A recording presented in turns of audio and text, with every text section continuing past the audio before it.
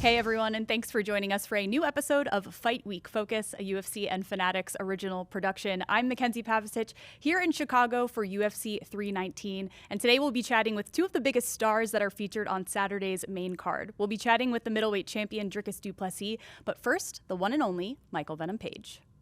Well, Michael, when you walked in, I said, look how far we've come. Yes. From ahead of your debut, Yes. we did that interview. I think we were sitting on like the box jump things and the PI. Yeah, in the PI, yeah. Now we've got a podcast set up. Man, you're moving on up. Oh, Huh? I like it. I think we're moving on up together. Yeah, I love it. Definitely. That's actually kind of where I want to start. We will talk about life and stuff because you've got big things going on. But just, you know, as you look back ahead of your fourth UFC fight, you've really found a home here. Yes, And it just kind of makes a lot of sense. Yeah. And so when it feels at home, how have you felt like your training and your style really come out when you know this is where you're supposed to be? So, interestingly, from the first fight, as in even before the first fight, I felt so welcomed here. And it's with you guys, the whole team, everybody working, that people that are not on the cameras, that are working, you know, I'm sure working really hard to make us look as, you know, good. But everyone was so welcome, everyone was so excited. I felt like, you know, people had been fans of me and seen my work before. So I felt welcome, but I did feel pressure in terms of delivery now that I'm here in the UFC. And even up until my last fight, I still don't feel like I fought without that pressure. Whereas this is the first time I've come here, like you say, and I feel at home, and I have felt at home from the beginning, but now just really relaxed. And I really can't wait to perform on Saturday because I have been feeling that more so now, even in my training. You certainly can't wait to see the performance on Saturday. And you might not feel this way, but I think when things in life really kind of fall into place, a lot of athletes always say, like, I feel great where I'm at right now, and I feel really free because the training's great, but life is really great too. And you've had a really big year. Yes, it's been... So how's it been? It's been a lot in a great way, absolutely great way. Reverted to Islam first. I'd say that was the first-ish thing, in which then I decided, me and my now wife decided to have an Islamic wedding called a nikah. And we did that, and it was all very quick as well. And straight after we did it, she was questioning whether she wanted to be engaged traditionally before anything. And I was like, this is about religion, so it's a different perspective. So you kind of have to take the Western perspective away and be like, this is more important. So we had a conversation, and she sat with it for a little while and came back and was like, yeah, I agree. But then I surprised her the day before our nikah with an engagement ring, just because I knew she wanted it. Deep down, I knew she wanted it just before. So I gave her the engagement ring. We got engaged for 24 hours. Got married at our Islamic wedding, which was beautiful, at the family home. Then it was, I think, literally a week after I was fighting in Saudi Arabia, won that fight, which was my last fight. The following week, I went to Mecca, and we did Umrah going around. And that was an experience that I've spoken to people in the Muslim community that you know, they've been Muslim their whole life and have never done. And it was just something, it's hard to explain, but I always explain this to people. If you think, I'm an energy person, I think we all emit energy. Can you imagine everybody focusing all that energy? This is millions and millions of people around the world all focusing that same energy in the exact same direction to the exact same point, and being right there and just feeling that kind of energy. It was unbelievable. Then came back, we had our civil wedding, which was smaller. We're actually going to have our celebration wedding next year. There's a lot of weddings, but just to make sure that we're married. You got to cover all the bases. You got to cover. You got to it's make sure. finding balance. You got to make sure. Sounds like you've done a beautiful job of the balance. So yeah, again, that's been a lot, but because I'm doing that in and amongst training, fighting, so on and so forth. Also in and amongst that, started a film company, and have filmed 2 short films, and which we're actually going to release tomorrow. So yeah. During this fight trailers. Oh, Yeah, during the fight week. Okay, During the fight week. It makes sense. Add to I love promotion. it. Yeah. But yeah, as you say, it's been a lot to the point where sometimes I forget what I've done because it's just been so much. So, but I'm having fun. I'm enjoying myself. I mean, and rarely do competitors, like in their athletic career, take the time to really look back and take stock of what you've done. Because a lot of people believe you become complacent when you do that.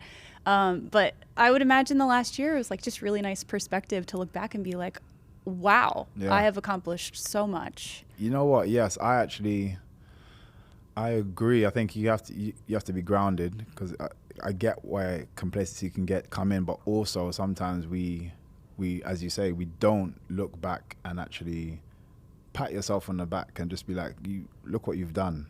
You know, it's amazing. It's not something I always tell certain friends, because they're always worried about the next thing and the next thing and the next thing. And I'm just like, just remember we spoke last year and your problem was this, which is a lot bigger than this problem. So just take a moment, even if it's buy a cupcake and light it, and just to that moment, celebrate that moment. I think it's important, because sometimes we lose ourselves and we're super successful and still feel like crap, and that shouldn't be the case. Yeah, even if it's just 10 seconds of an acknowledgement. Just acknowledge what you've done. Yeah. It's important. That's an energy thing too. You're kind of taking something that's not real and you're bringing it out and you're making it real, and the 100%. Act of celebrating it kind of also trains your body to like, oh, that felt great, I want to do more. 100%. So I can get there. Yes, and then, exactly. You're rewarding yourself for those successes, and then, it makes you want to push and kind of create more of those moments. And soon those moments will be not just yourself and a little cupcake, it'll be yourself and hundreds of people, because what tends to happen is that energy amidst so many other people, and that movement, that motion that you create ties in so many other people and affects many lives. So it would start to look different later as well. What did it look like for you after the win over Shara in Riyadh? Because that was amidst the craziness that you just described to us, but what did it look like? And did you look back and even just briefly say, I just took out, one of the hottest prospects who was on a really fast rise, and you looked incredible and almost made it look easy. Thank you. So I definitely did. What I usually try to do is give myself a small window directly after the fight to kind of just go over in my head how I feel I've done. But I don't want to sit with it, because I'm usually very tough on myself. And especially I'll come out from the fight and then got loads of people asking me questions, and I'm always beating myself up in that moment. So I try to, it depends, because it's difficult here. You get dragged straight into an interview. But I try to just give myself, a few minutes to really just process what's just happened and how you feel about it. And then when I go into the interviews, be less hard on myself and kind of enjoy what's just happened. But then I try to switch off of it completely. So we went to Dubai afterwards first, actually, before we went to Riyadh. We actually went away to come back and just had a couple of days in a place called like Baba Shams or something. It's like a desert resort. It was beautiful there. Just me and my wife, and just switch off. Not do nothing. We just had fun, laugh, restaurants, and and again, obviously went to Riyadh, came back. When I got back to the UK and I'm going back into training, then I can kind of switch back to it and go, oh man, look, this is what I just did, and really enjoy the fight side of what I've just done. But I usually don't do it immediately. What a life. Yeah. That's so cool. Now, that fight was at middleweight. Yeah. And you and I, we talked pre-fight about, the move up to middleweight. And you've made it super clear from the start that it's a temporary thing and that your career is at welterweight. Yeah. You're ranked at welterweight, but here you are again ahead of another huge fight. I mean, you have the chance to potentially be ranked in the top 10 of the middleweight division. Yeah. So, as you kind of take stock of what it is you want to accomplish and where you're at in your career, how much of it might play into two divisions? Yeah, I think, definitely a lot has changed. I feel like my heart still wants to be at welterweight. And it's weird because people always say it, but it's a lot easier cut, and, there are positives.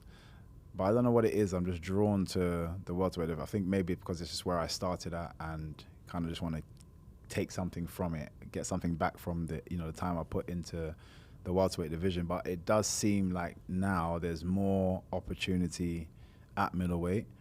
But I think I can be flexible at both weights and be a bit opportunistic when certain things arise. So if I'm saying to myself now, look, yeah, I'm going to take another middleweight fight there after this one because I'm now ranked, and it might be an easier way to the title.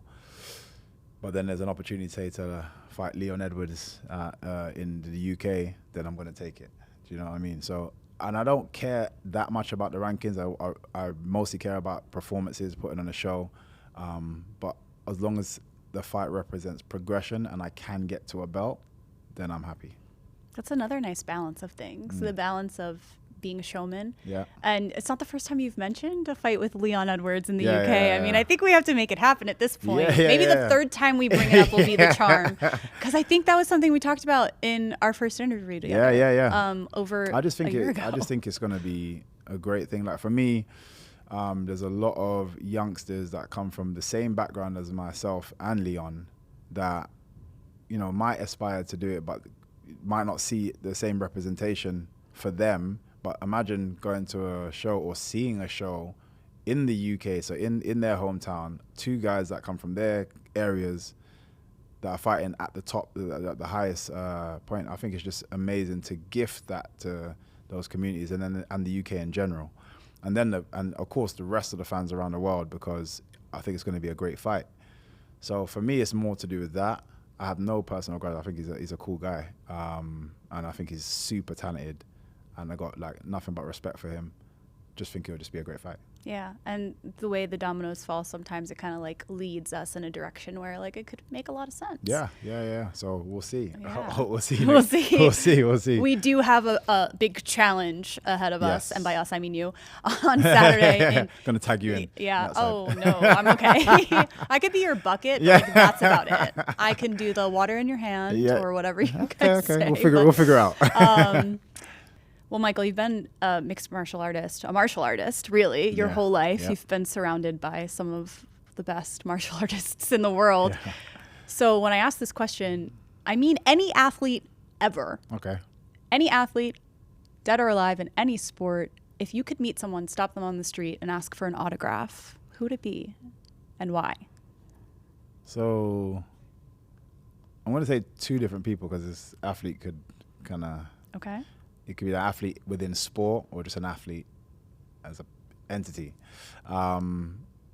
So this person actually shares my birthday, interestingly enough. I only found out this year. Yeah, I only found out this year. Jackie Chan. Ooh. Yeah. So, and again, he's not an athlete within sport. Obviously, he's in entertainment.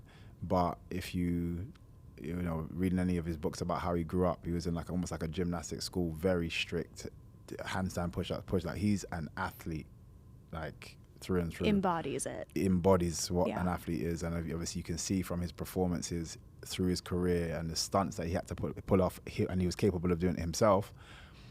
He would definitely be somebody that I would love to just be like, yo, can I? Could I please? You would fangirl. Yeah. Oh my gosh, that's so cool. Very few people.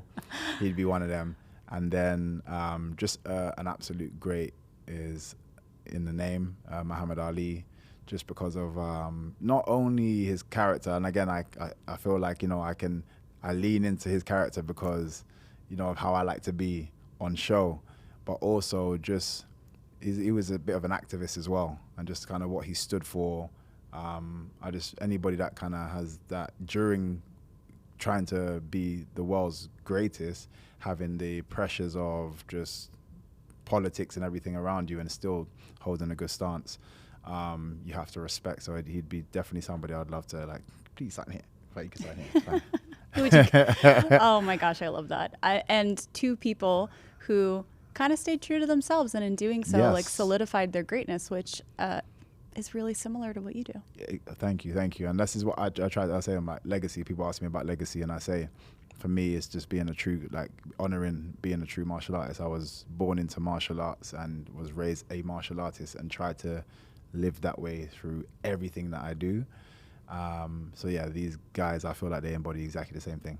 There's a lot of inspiration in that. Yeah. I absolutely love those answers. They were two quality ones. With Jared, I mean, he's in his 10th year in the UFC. You guys really, though, you made your pro debuts only 1 year apart. Yeah. And so while like you might be new to our organization, like you're not new to the sport. Everyone knows that. What is the biggest challenge that you think Jared brings to this fight?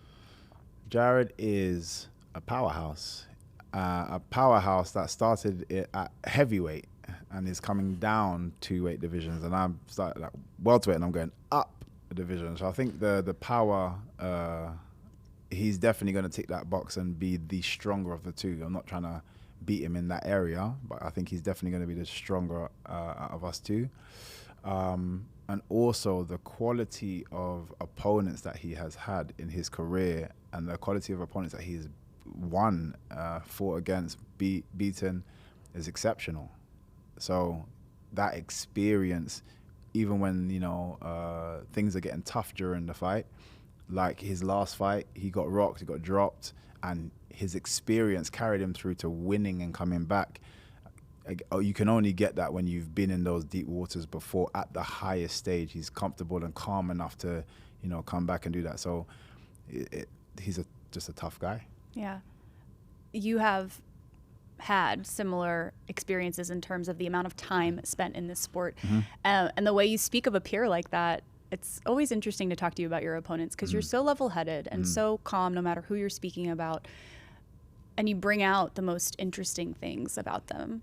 But when you fight Jared Cannonier on Saturday, how does Michael Venom Page come out differently after that fight?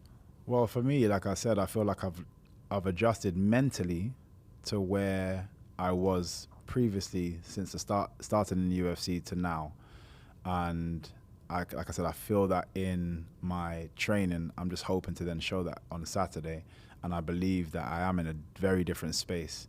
So when I show that on Saturday, even for him, he's probably going to look at the last couple of fights that I've been in. You can look at like the whole career, but I think it's usually best to look at what's happening more recently. Like where are the mistakes of recent? Where are the constant, like the habits that are happening of recent? I'm just not going to be that person. So it's going to be that person would have been very difficult anyway. So now added the fact that I'm relaxed, I'm going to be even happier and smiling. And even my teammates tell me anytime there's like music on or something and I'm dancing away, they're like, turn the music off, man, because he's going to start doing crazy stuff because I'm just in a flow state. And if I deliver that, you're going to see something. I think the world is going to see something very different. Already really hard, I imagine, to prepare for a style like yours and the unique and creative things that you bring to your fights. I can't imagine if the previous fights we've seen weren't in a complete flow state and now you're there. Yeah. I mean, I don't really know how one could like even devise a game plan. I mean, Jared is an absolute veteran. 100%. And, I think of him as like a traditional mixed martial artist going up against like truly one of the most creative fighters we've seen. Yeah. How do those styles clash? Again, I think it's a great matchup, and I think I can feel the excitement from everybody talking about the fight. So it's a great matchup. So it's definitely going to be a great fight.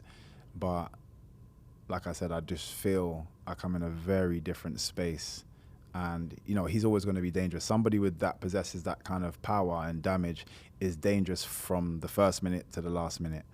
But if I perform in the way I know I can perform, he's just not dangerous at all. If I can get myself into that state, and I genuinely mean that, a man that as dangerous as him, as you said in my last fight, I made somebody that is the up-and-coming, explosive, young guy, I made it look quite comfortable.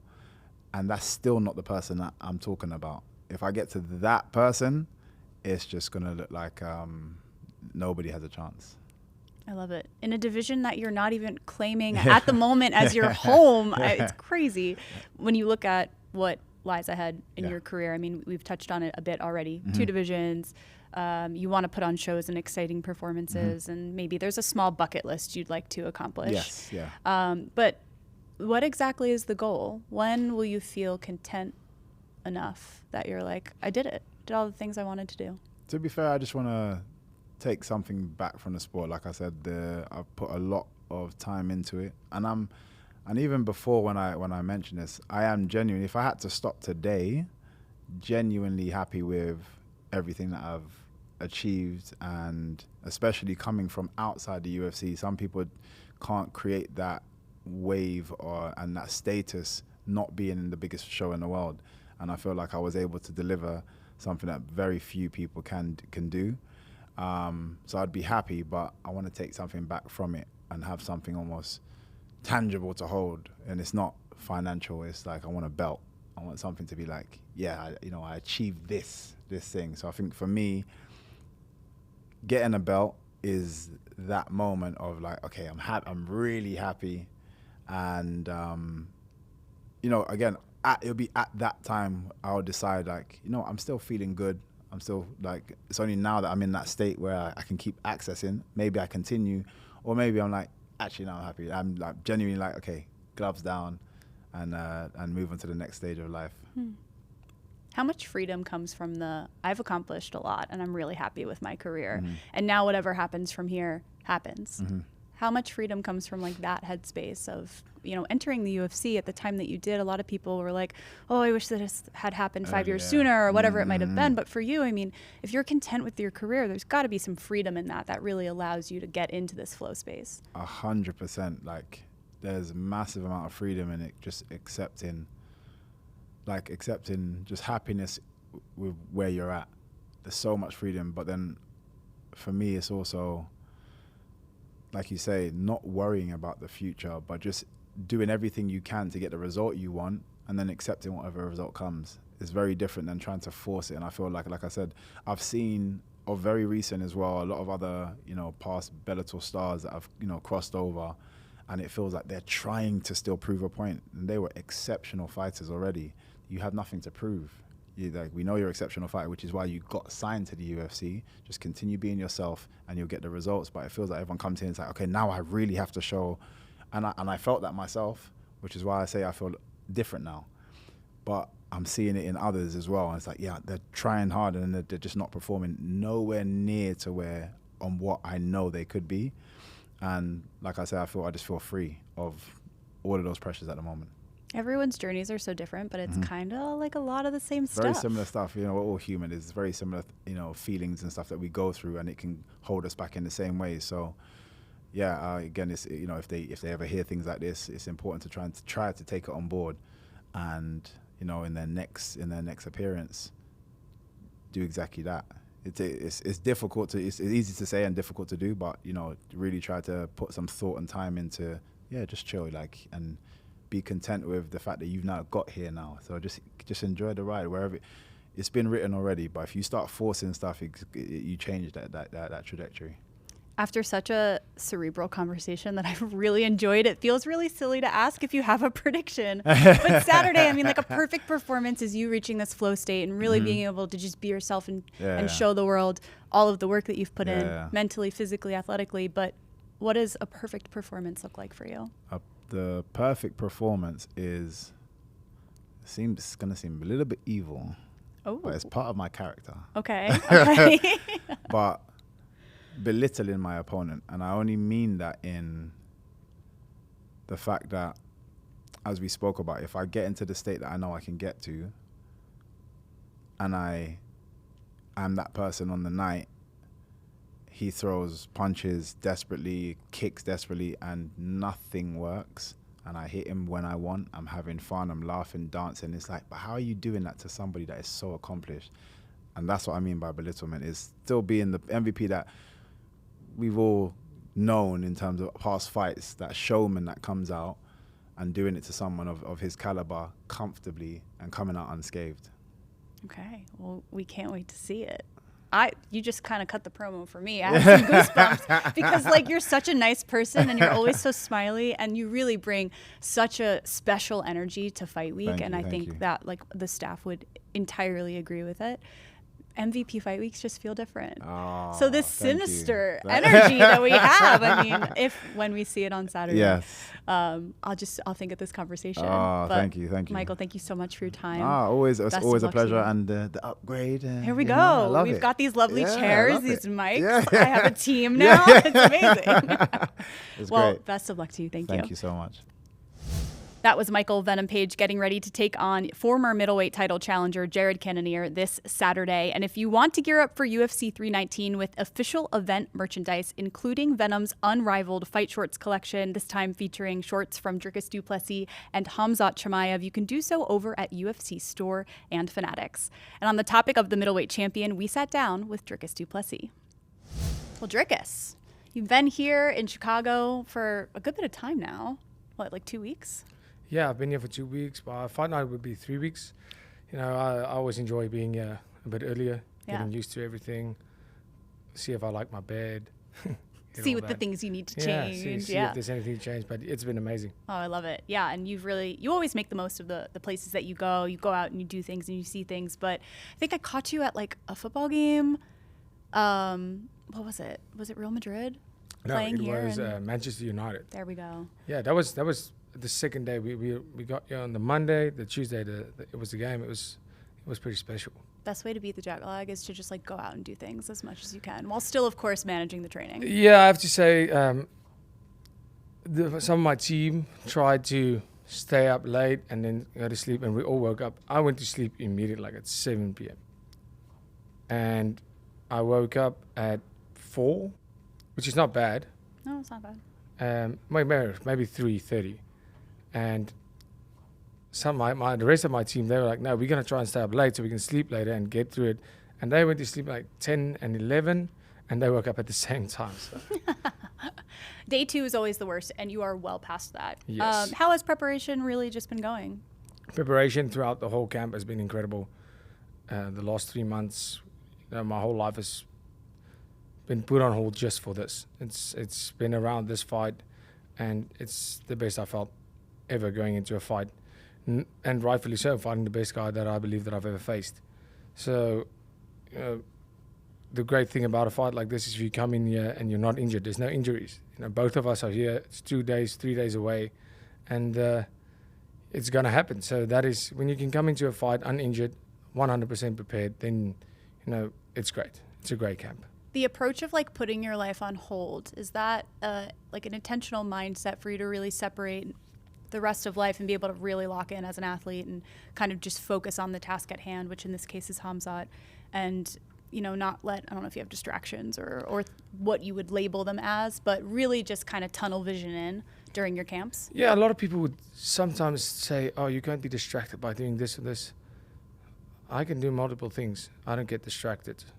There's only one thing. The most important thing that I do is my purpose, and my purpose is being the world champion and defending this belt. So what I meant about putting the life on hold is, when you're doing the things that I do to prepare for a fight, there's just no energy left for anything else. There's no passion left for anything else. You're completely drained, because everything else you do is something you have to do.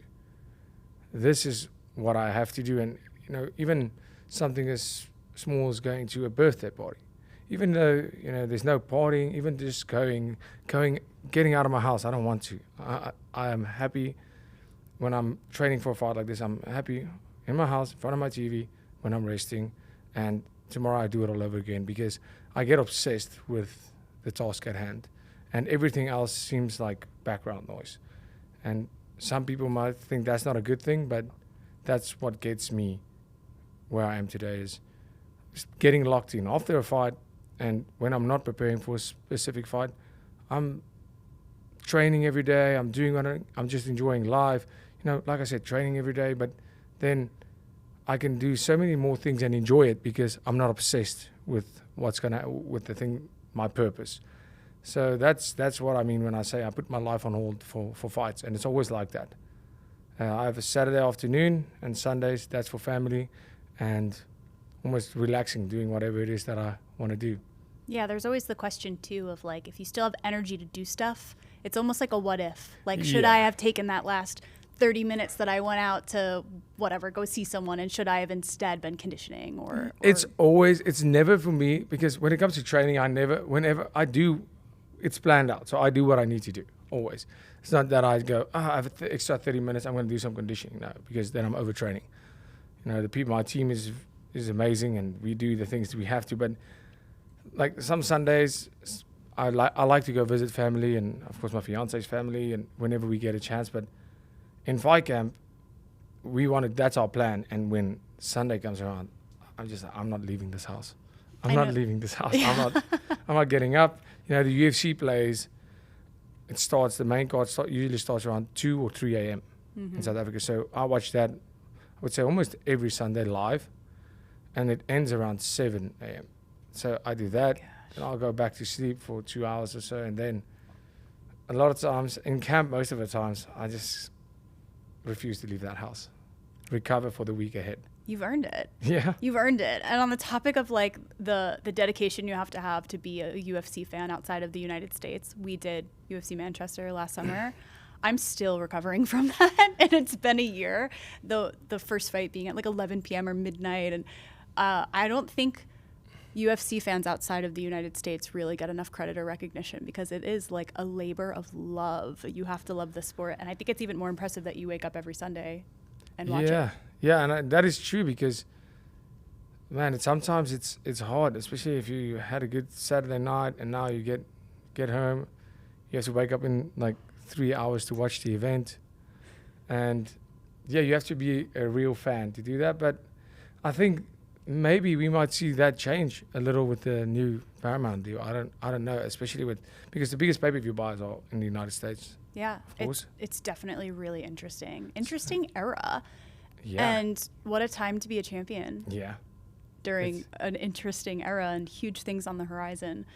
For you though, this title defense, your third title defense, what does this one mean to you? Does it mean anything different than the ones you've had in the past? Yeah. At the end of the day, there's so many similarities, and there's so many. It's a completely different fight. It's a completely different aura of what the people feel. This is such a big fight, you know, for the whole world. It's truly the two best guys. It's not a person that doesn't think he doesn't deserve this title shot. It's the two best guys in the world that are going and fighting to see who's the greatest, and that's awesome. You don't always get that as a fan, so I'm happy to see everybody excited for that. It makes me excited to fight the best next guy in the world. And then, of course, you know, firstly, I'm getting one step closer to that GOAT status in the middleweight division, and then fighting an unbeaten opponent. It's always something, you know. The man hasn't tasted defeat, and it says something about him as a fighter, how good he is, because nobody, even at this level, nobody's been able to figure him out, and that speaks to how good he is. And you know, I want to be the first one to do that. So yeah, as a champion, I think this is as exciting as it gets up until now. But then again, he is the best guy I've ever faced, and so was the previous guy, and so will the next guy be. So it's all the same, actually. I love that mindset. And when talking about Khamzat and him being undefeated, is it more motivation when you get to be the first person to fill in the blank? Because you've done it a couple of times. I don't have your resume in front of me right now, but I feel like you've been the first to make someone throw in the towel in their career. You've been the first to knock out or submit someone in their career. Yes. So to hand someone, or to take away their zero and hand them their first loss, is there more motivation to it? Are you able to dig deeper because of that? I wish I could say yes, but no. I think that's not it. My motivation 100% comes from making sure I keep my belt, making sure I take it home and staying champion. I love being champion. I've worked my whole life to be champion, and now I'm working even harder to stay champion, and that's all the motivation I need. I love that. And I saw there's like ads on billboards all around South Africa with like a wolf and you, and like the taglines are really funny. And just what is it like to have an entire country truly rallying behind you? Yeah, it's incredible to, you know, it makes me so proud to represent my country on the biggest stage in the world, wearing, carrying that flag. And there, as we just spoke about it, taking somebody's O means nothing compared to carrying that flag out there and taking the belt back home. that is something bigger than me, and that gives me all the motivation. So it's amazing to see the support I get from South Africa. Everyone in South Africa is so excited for this, and that gets me excited. It puts more pressure on me, and pressure makes me perform like I want to perform. And just for the record, some people thought it was edited. It wasn't. That was a real wolf. We had a real wolf in the gym. What? Yeah. Wait. I had a real wolf in the gym, and I was walking with a real wolf. They were pretty tame, to be honest. Interesting. So what is that's actually kind of an interesting idea, that a wolf that you saw in real life was tame, and maybe it was tame just because it was in front of you. What does that say about you taking on the Well, I have proverbial to say, wolf? wolves are pack animals. Wolves are pack animals, and we are used to lions. So yeah, if you have a lion in the room, it's pretty different than having a wolf in the room. I can tell you that. Interesting. I love getting deep here with these metaphorical and actually real. If you were really in a room with a wolf, that's crazy. Yeah. During fight camp. Yeah, you should probably not be in a room with a wolf. No, I would be like an you should appetizer, I probably- think. Yeah, like you a would one bite little Yeah. like. Well, Dricus, I can't imagine that many people you would fangirl over, maybe stop on the street for an autograph. But if there was someone, an athlete dead or alive, that you would actually ask for an autograph, who would it be and why? Well, you'd be surprised how I can fangirl. And secondly, I feel the athletes that are alive can't be in this, because if I really want their autograph, and there's a lot of people, I always believe that I will find them someday. And but athletes that's died, that's passed away, that's been legends, and Ayrton Senna, who's a Formula 1 driver, he died in a car crash in the Formula 1. And I watched his documentary. I didn't watch racing. I was too small when he was still racing. Watching his documentary and seeing the way he does. I love racing, motorsports. I love motorsports in general. His mindset, he was just crazy. He didn't care. He wasn't afraid of speed. He wasn't afraid of dying. He just wanted to win at all costs. And his whole mindset on doing whatever it takes, it's something that I aspire to have. I aspire to be fearless and not really caring about what you give up. There is no price on winning. And that is something that he truly, a code he lived by and he embodied. And yeah, that's somebody I would love to meet and get his autograph. I think we've seen that inspiration come through in a lot of your fights and in the octagon. But you said I'd be surprised over who you'd fangirl. Is there like someone you'd be ashamed to admit that you would admit to me because, like, we're friends? No, it's not that I'm ashamed of the people I would fangirl, but I would definitely be like, I'm a fan of that guy. Let's go. Oh my gosh, is that Taylor Swift? No. Oh gosh, Taylor Swift catch strays. But, sorry, no, girl. I unfortunately I can't. If I had to see Taylor Swift, I would run in the to opposite her. direction. No. Oh, okay. I would run to her, get her autograph, and officially be the best fiance in the world. There we go. I would be in the good books for at least a year. I love that. So I would have to, if I ever saw Taylor Swift, I would run and get that autograph for sure. Maybe we're like one step closer to Taylor seeing this, and we can put her and Vasti in the same room together. That would be amazing. And then it's even 2 years. So with this challenge that lies ahead, you and I have talked about legacy a lot, and it's actually been really cool to watch you build the legacy in the way that you've said you were going to every single fight. But what does a win over Khamzat do for a legacy after you've taken out names like Robert Whittaker and Israel Adesanya? Yeah, it adds to that spectrum of, I've beaten the best striker. I've beaten the guy that doesn't lose in a decade to anybody else in the champ. I've beaten the boxing guy and the cardio guy. And now it's time to beat the wrestling grappling guy. And isn't that what mixed martial arts is all about? Isn't that what the UFC represents? The best fighter in all aspects of mixed martial arts. I love it. I've been going back and forth about asking this question because throughout your career, there has been I'll stop betting on him after this one and after this one. Does it get exhausting, like proving people wrong that, No, I love it. I love it. It's funny. I don't get motivation from it.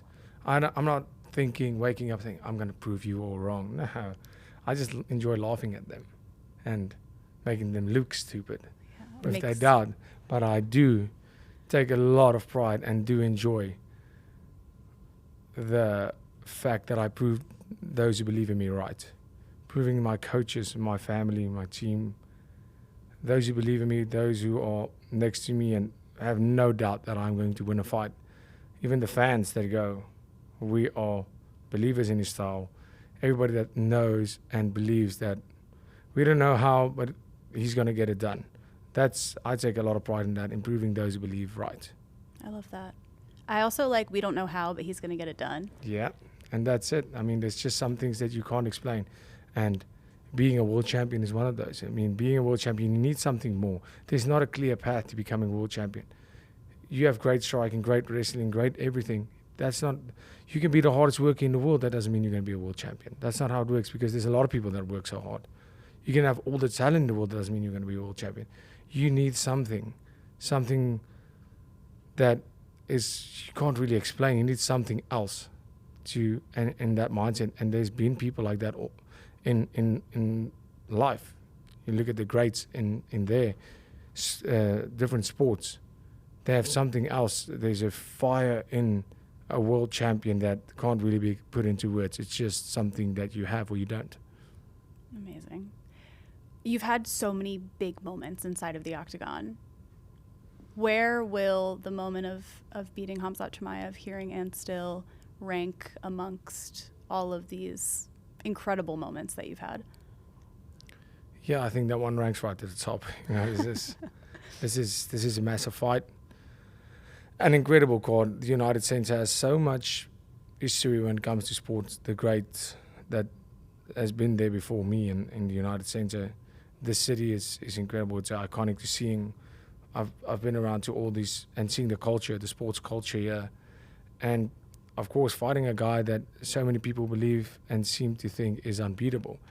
Beating Khamzat would definitely put that stamp on, okay, what now?